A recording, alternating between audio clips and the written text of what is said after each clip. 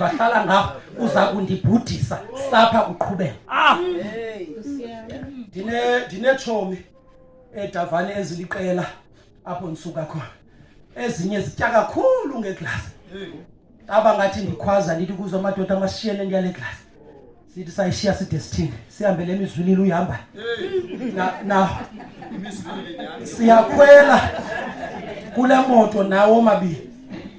Xa sigqiba ukhwela ndithi kule yemoto misa le moto apha ecaleni wena.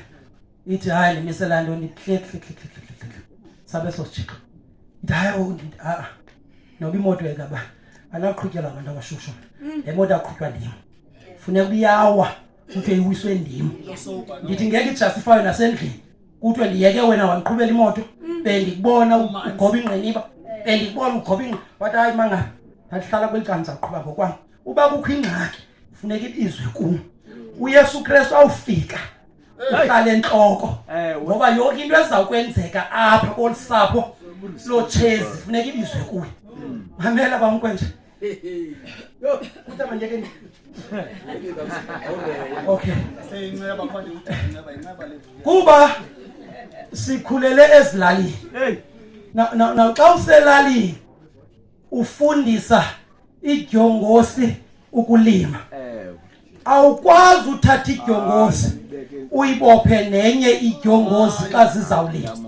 Uthatha inkomo ibenye uyibeke kwecala eqhelene nedyokwe.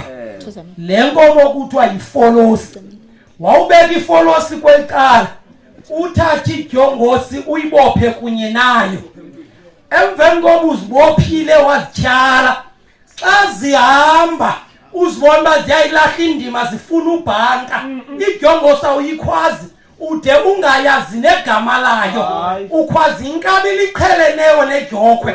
Umane ukhwaza yona nesabhokhwe sakho. Xa uqhelile uqhuba inkabi awuzibethi ngasemva usijikeleze emoyeni. Sithi sawukhala emoyeni ziyayazi uba mazithini.